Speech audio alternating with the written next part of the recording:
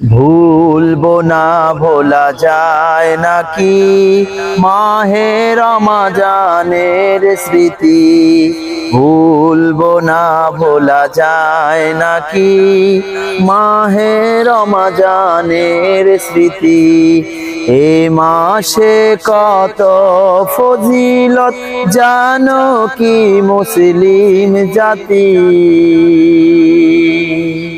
এ মাসে কত ফজিলত জানো কি মুসলিম জাতি।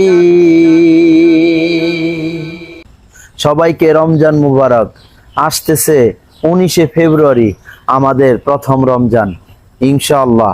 আপনারা প্রস্তুত তো?